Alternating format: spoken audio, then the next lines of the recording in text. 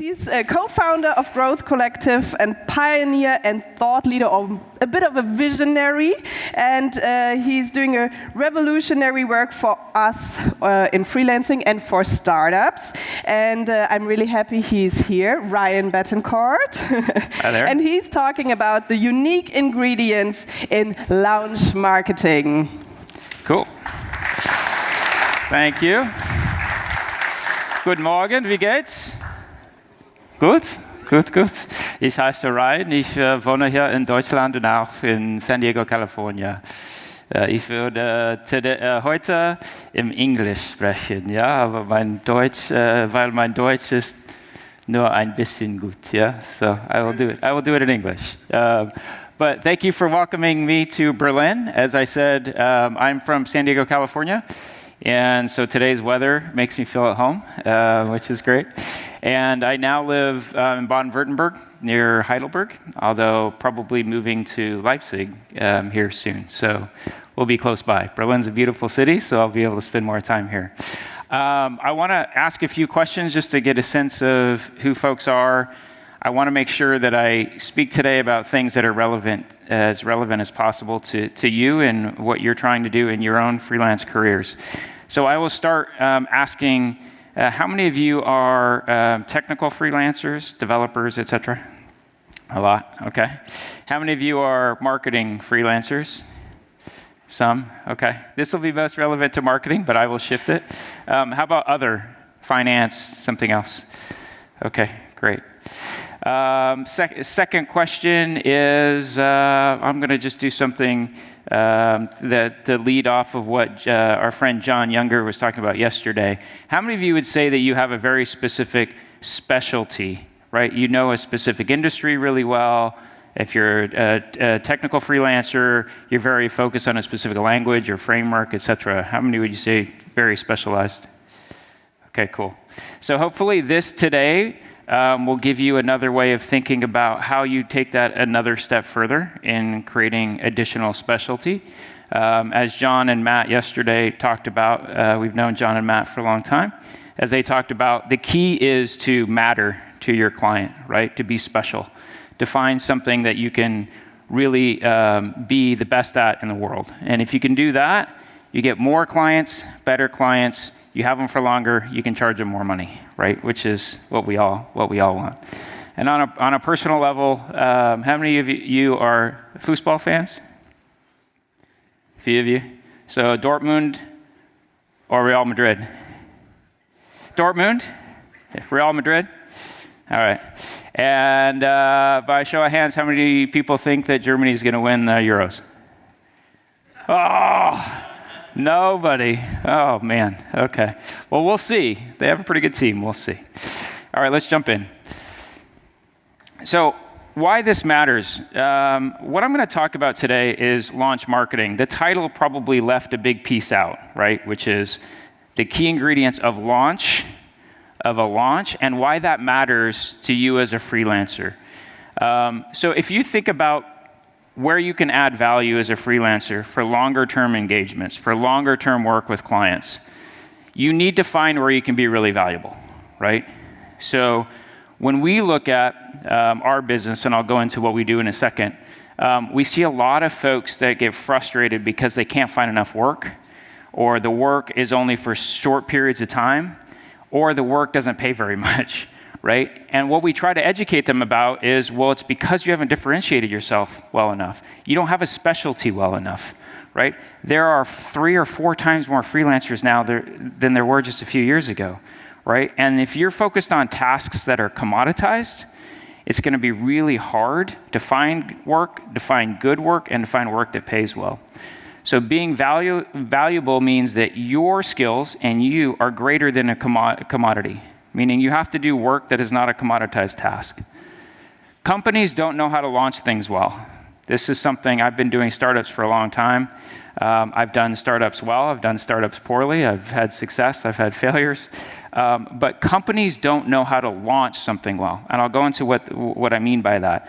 But a company, if you have a client, a company decides they want to do something new. They want to go into a new market. They want to go into a new geography. They want to go into a new industry. But their challenge is that all the people within their company think the same way, so getting into that market is really difficult, and they usually do it really poorly, right? So there is a cemetery of all of the people, of all of the ideas of going into new markets for companies, right? We want to go into Germany. We're a US company. They come in for 6 months. They go, we have no idea what we're doing. We just spent a pile of money we're getting out of Germany, right? We want to launch into a new industry. We're going to spend a pile of money going into that new industry. We come to realize we don't understand that industry, and we leave, right? There's a cemetery of people that do that. So companies don't know how to launch things well. And those experts that know how to launch become really valuable. So I'm going to talk about, that's what I'm going to talk about today. How do you create a specialty? Now this can be translated to a whole host of other ways you can become a specialist. But today we're going to talk about a launch, and one area where we see a lot of opportunity. If you're looking for more clients, better clients that'll pay you more, if you understand how to launch something, it's really important. So what we do is, our company's called Growth Collective. This is non-promotional. I need you to understand the context in which we see the world. We see the world in a way where we're connecting high-end marketing freelancers with clients. We got our start in Silicon Valley, actually at Google. And so our co-founders left Google to create a platform to connect people that were looking for great marketing freelancers with great marketing freelancers, right? As people are getting laid off in Silicon Valley, as people were sick of working for Facebook, they left and they needed to connect with good clients. And so we work with a lot of Silicon Valley, a lot of venture firms, a lot of startups, and a lot of agencies. So what we see is what those companies want, right? What kind of freelancers do they want? Who are they hiring, right? For marketing. Now this can be translated to tech and engineering as well, but that's what we see. And we help growth marketing experts, so on the freelance side, which is where we see where we can add the most value, find better work, right?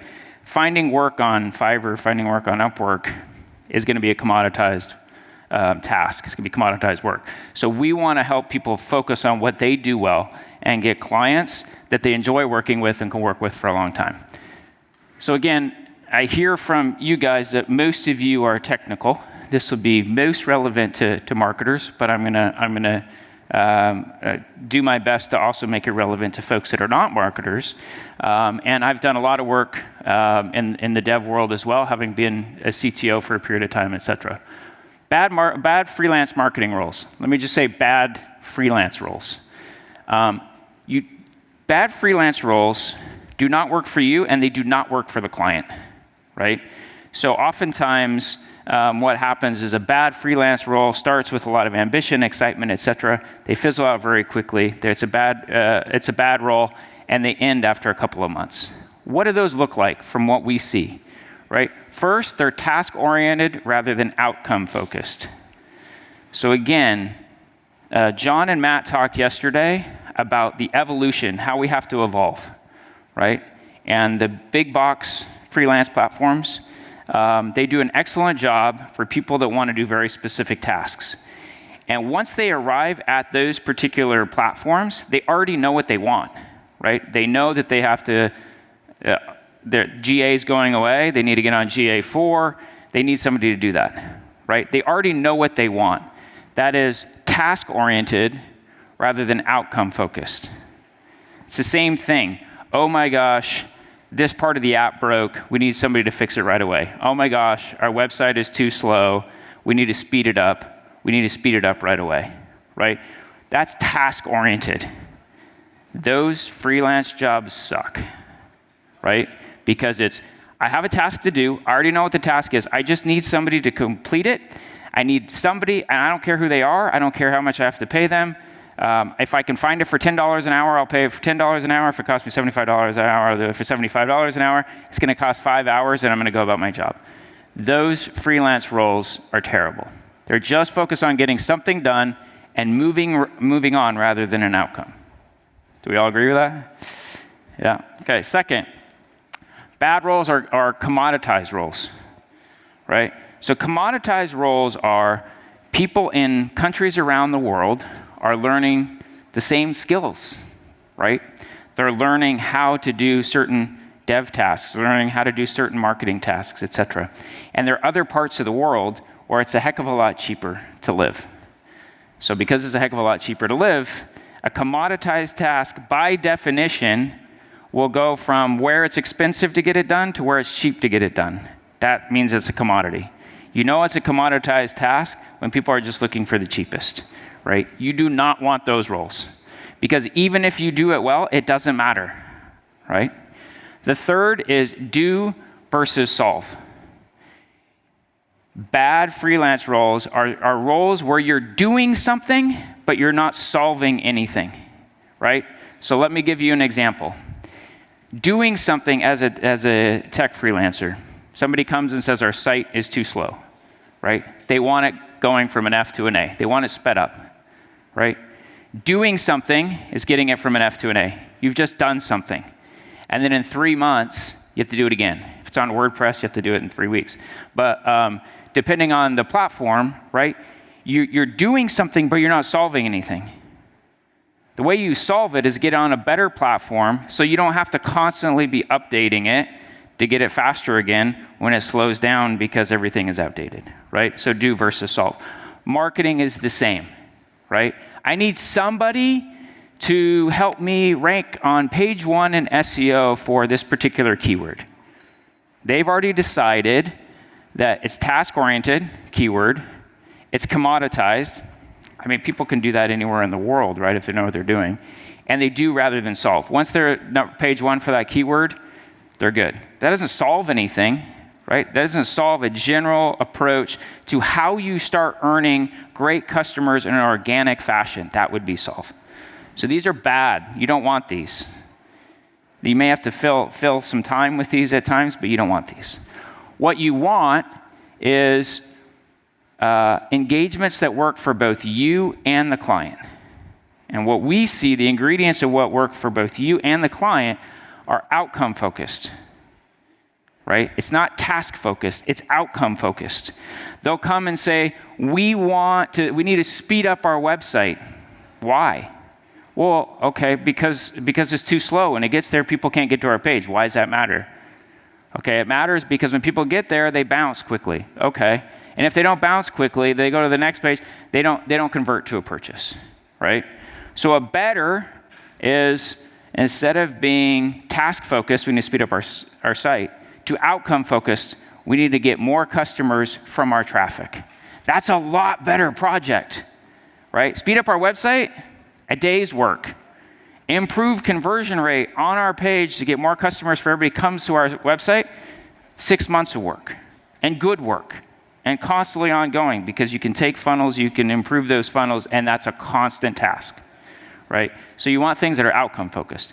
You want solve rather than do, same thing. Solve conversion rate versus do, which is speed up my website. You want solve over do. If you do that, it leads to you solving more, right? So if you just do something, once that's done, client moves on, you have to go find a new client. If you solve something, that's what they're looking for, right? They're like, holy crap, like you just increased our conversion rate from 1% to 1.5%. Can you increase it from 1.5% to 2%? Can you help us increase how we might be able to get more dollars per customer, et cetera? That's both a marketing function and a dev function, right? So it leads to solving more. That's what you want. That's exactly what you want. So what we have found is one area that that there is a lack of skill in that creates really good opportunities to work with really good clients is what we call the launch, right? The launch. When somebody's looking to launch something, that's where there's a lot of opportunity, right? The traditional launch is I'm launching a new company, right? I have this idea, I'm launching a new company, I'm going to market. That's great for development work, that's great for marketing work, right? Because they're trying to get something to market, development, they're trying to tell the market that it's available, right? Sorry, they're trying to get something to market, that's development. They're trying to tell people that it's in the market, that's marketing, right? So the traditional way about a launch is launching a new product, building a new product and launching it to market. But, and that's a great area to be an expert in. But there's a whole host of other ways that companies look at launching something that creates a lot of opportunity for you. And when we, in marketing, get these requests, it's really hard to find freelancers. So when we get a client asking us to do something, right? They want SEO, paid search, content marketing, etc. Most of those roles that come in from our clients, it's very easy to find somebody, right? We have a couple thousand freelancers, they're all curated, et cetera, They usually have 10, 12, 15 folks that would be a good match. When they're launching something, it's entirely different. When they're launching something, it's very hard to find those folks. Why? Because keeping something moving in a steady line is easy. Keeping something brand new going in an accelerated line is very, very difficult and requires a completely different set of skills and a completely different mindset, right? So what is a launch? It's a company or organization that's trying to find a new market, right? So a new market is I'm launching a product, I'm trying to go find a new market. That's a startup I'm launching for the first time. There's a lot of good opportunity there. But a launch isn't just for a new startup going to market. It's for a new product from a company that's been around for a long time. Again, I said before, within the four walls of that company, if they're launching a new product and they've been around for a long time, they're really bad at launching because they're launching with the same ideas that they had for the last product. And they're launching a new product, they need new ideas. They need new people, they need new energy. New geography, we're in Germany, right? US companies. In the US, when you create a software product and it works, you have 25 copycats in about a month. In Germany, I don't see the same thing, right? I don't see that there are so many companies that are looking at everybody else and saying what's working. They copy them quickly, they do it cheaper, they do it faster, etc. I don't see the same thing. So for American companies, I'm in Germany. I tell my friends in Silicon Valley and California, why are you not looking to the European market? Why are you not looking to the German market? What do you think their answer is? Why not come to the German market? What do you think their answer is? What? Yeah, GDPR, yeah. The big reason, because I have no idea how to do it. I don't speak German. I have no idea how to do it, right? Yes, privacy laws, that's the thing that freaks everybody out. AI, et cetera, in the US, right? But California has our own privacy laws that are very significant as well, right? Market is too small. So, yeah, we hear this all the time. Market is too small in XYZ country. Really? Right? Is it better to compete with 24 people in a country of 360 million, or is it better to compete with 2 in a country of 75 million? Right? Like, market share, you can dominate market share. And in Europe, right? Germany, you can go out to the entirety of Europe, right? Which I believe there's twice as many people in Europe as the US. So new geography, new market, so new industry, and leads to solving more, okay? It fits what we want. It's a perfect use case for you having a specialty. So John and Matt yesterday said, you have to be special at something, right? You might have a good business right now, right? You might not, but you might have a good freelance career right now. But we always want it to be better. We always want to work with better clients that are better to work with, that we can work with for longer periods of time, we can make more money, and light us up, that we enjoy doing the work, right? So the way that you do that is you have to become a specialist at something. You have to be special at something. Whether you are a developer, whether you're a marketer, you have to be great at it. Whether you're in finance, right? Like how do you build models, et cetera? Like you have to be special at something. And we believe, based on what we see in the market, what we see that companies have a hard time filling, what we see as companies that when they come to us looking for experts in marketing, and I believe it's the same in dev, when they come looking to us, we have a hard time filling. That tells me that that's a huge opportunity, right? So the thing about being special and the thing about combining being special with what we talked about, which is how do you get great freelance roles, is the great thing about launching is it's defined. It's defined, right? It's a defined thing that they're trying to do. They're trying to launch in Germany. They're trying to launch they're in the e-commerce sector, and they're trying to launch into the banking sector, right? It's defined. It's based on outcomes. We talked about that when you create a great engagement, it's based on outcomes, right? It's not task-oriented, it's based on outcomes. We need to see whether Germany is a good market for us. We need to see whether the US is a good market for us. And it's better work. So the unique ingredients of launch and launch marketing, and I'll try to tie this to Dev as well, is when you launch something, what you're trying to do is you're trying to see whether it's worth your time, energy, and money, right? So if you're creating a new product and taking it to market, of all the things I could be doing in my life, is this the best thing I should be doing right now, right? If it's impossible to find a market, if it's too expensive to find the market, if you can't find any customers, etc., it's not worth doing, right? The thing about a launch is it's unknown.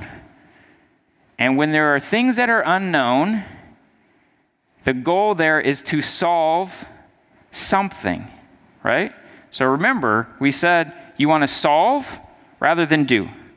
So when there are unknowns, the client is testing and doesn't know whether they can win in that new market, right?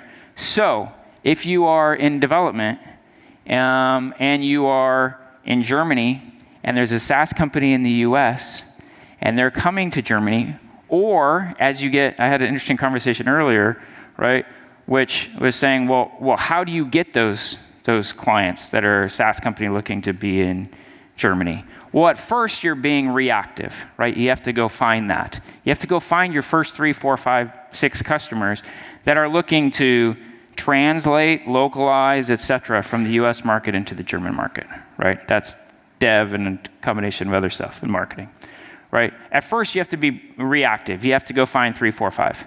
After a period of time, you become proactive, right? Because after a period of time, now you can go and say, I've helped 5 companies localize to the German market, 5 US SaaS companies localize to the German market, right? Now you can be proactive and go earn exactly those clients. Now you can go hand select some of those. So again, unknowns. The client is testing and doesn't know whether they can win in that new market. Your job is to help them understand whether they can win in that new market, right? So from a marketing standpoint, what that means is if I'm a US company, I'm trying to go into Germany, I said earlier, why do they not do it? Because they don't know how, right? What that company wants to understand, is it worth their time, energy, and money to do that? They're not going to hire somebody in Germany. They're probably not going to hire an agency. Can they hire an expert that can help them see if they can localize, if they can translate, and they can earn SEO value in Germany if you're a marketer? So number one, there are unknowns.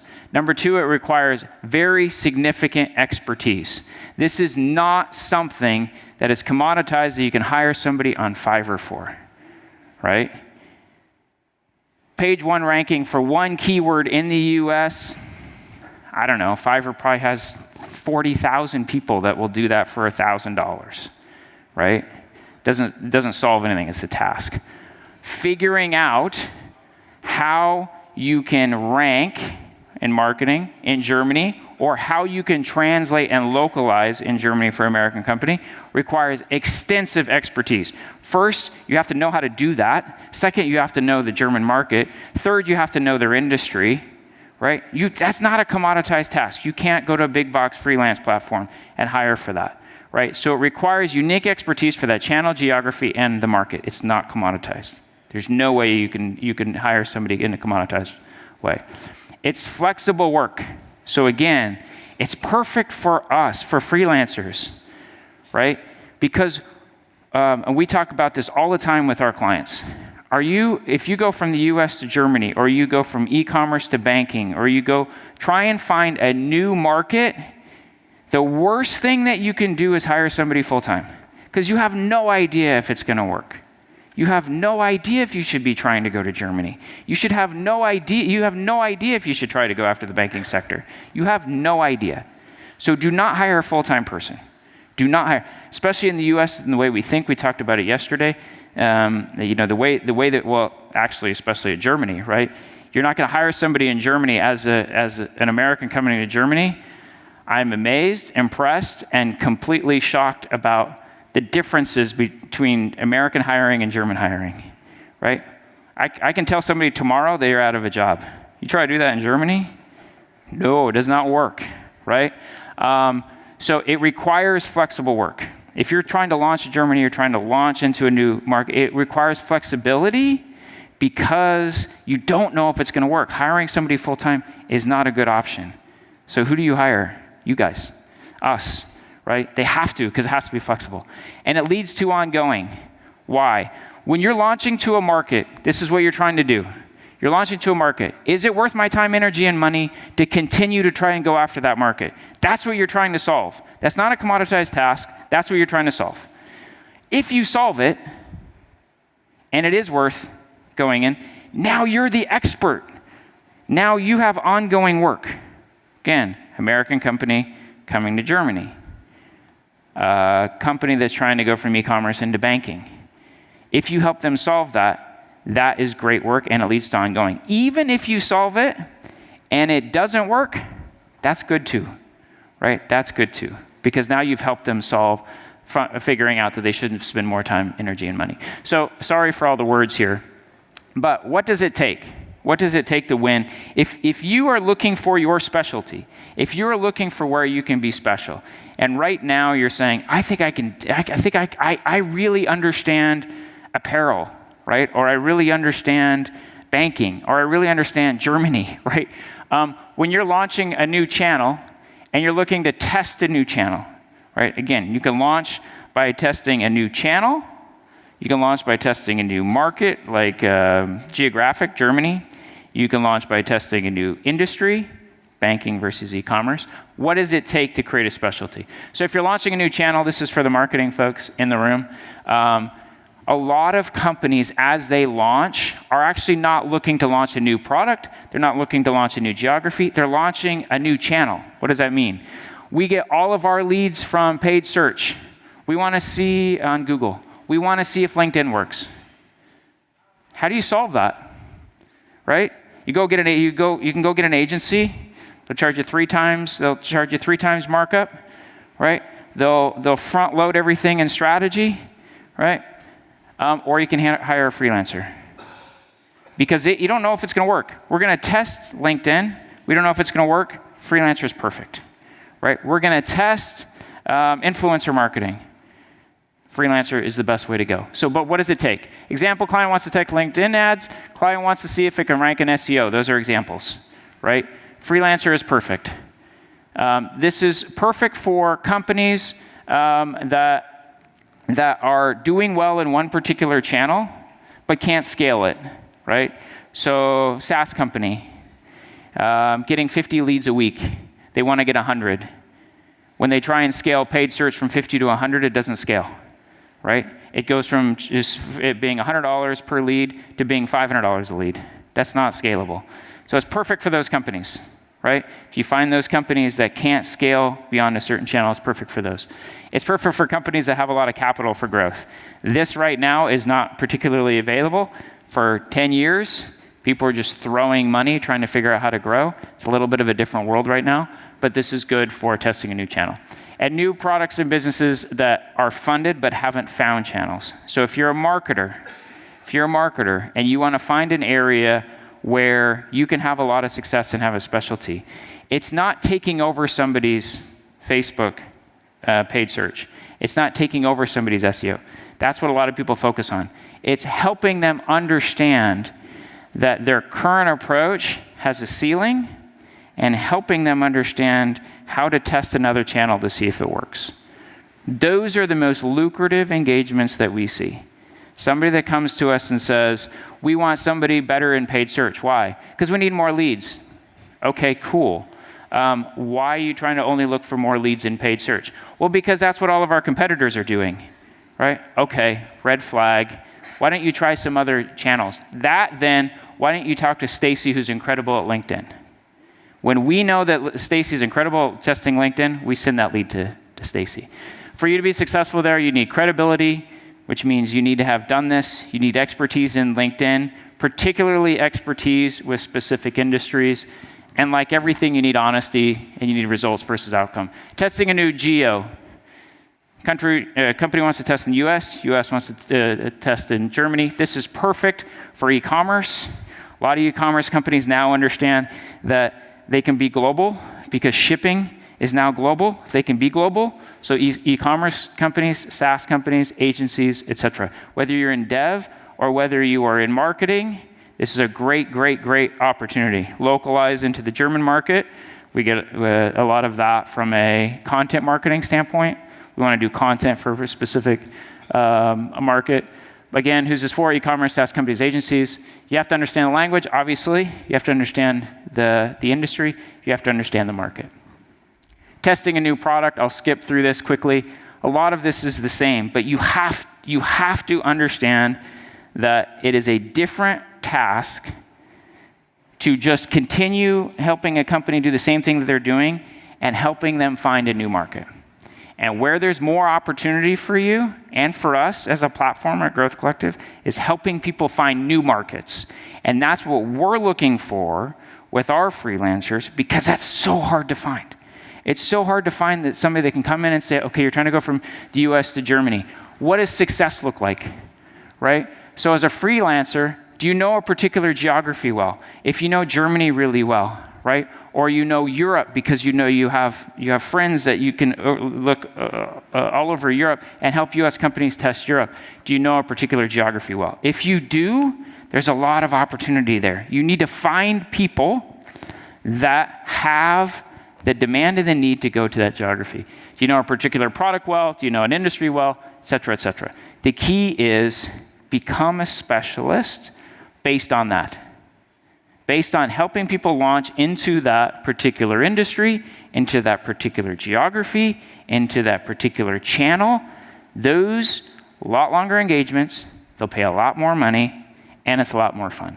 To be able to do that, you have to build credibility by creating content about what you know well. So if you're a developer, wherever you're aggregating to talk about things, talk about where that you know Germany, that you know, have you considered Germany, that you know a particular industry well, et cetera. Find more niche platforms to help you find those opportunities, right? You've got to go beyond, thankfully, the folks that hosted this conference are those platforms, but you have to go beyond the big platforms, right? To find these opportunities, the companies that are looking for this are typically right now either trying to find them directly by having recruiters look for them, or they're on niche platforms. So make sure you're going to do more niche platforms. The big thing is try and figure out where you can stand out, not fit in, right?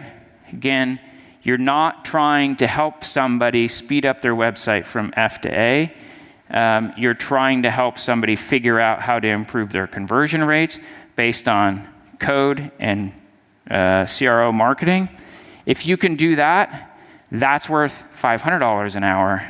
If you can't do that, it's worth $25 an hour, literally, right? Because there's ROI to it. So figure out where you can stand out, whether you can get some good use case studies of launches, find other freelancers. This is something Matt and John talked about yesterday, which I entirely agree with. If you're great at launch, if you're great at launching something, find other people that are great at launching something. As an example, coming into Germany, right? From a marketing perspective, if you're great at helping companies localize and earn local German SEO, find somebody else that's great at paid search in Germany, find somebody else that's great at content marketing in Germany, et cetera, band together and figure out how to go get clients that you can go to a client and say, we will help you test whether it's worth going to Germany, or Germany going to the US. We will help you test whether it's worth going into the US. Join communities. I will skip this because I'm running out of time. Last thing, tasks to consider doing. Number one is coming out of this. John pushed you guys yesterday to go to a workshop with him to figure out where you can be special. If you do not go to that, go talk to him. I spent time in his apartment. He makes incredible lox in New York, smoked salmon. I'm sure if you're in New York, he'll probably share some smoked salmon with you. But take them up on that offer. Figure out where you can be special. Launch, we think, is an area where you can be special. It's where we see the most demand that we can't fill. But where can you be special? If you can't figure that out, go talk to him. Expedition is a community. I said launch, join communities. We have a community called Expedition, expedition.so. If you're a marketing person, we're just looking for cool people to talk about how you grow businesses. So go to expedition.so or send me an email at ryan@growthcollective.com, and I'll send you a free membership to it so you don't have to pay. Check us out at growthcollective.com, and that's all I got.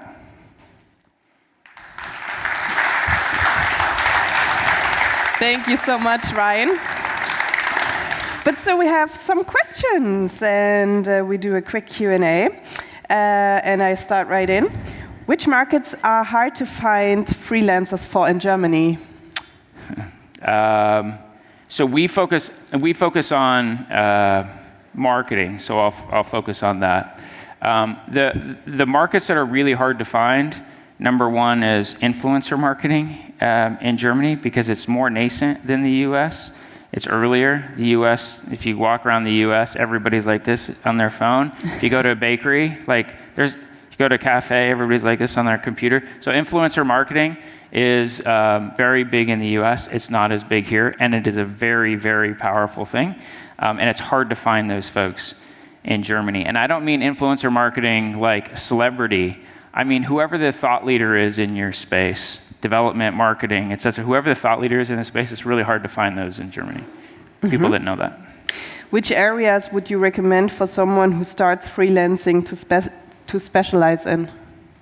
Which areas? So if you are in marketing, I would recommend doing things that are not commoditized, right?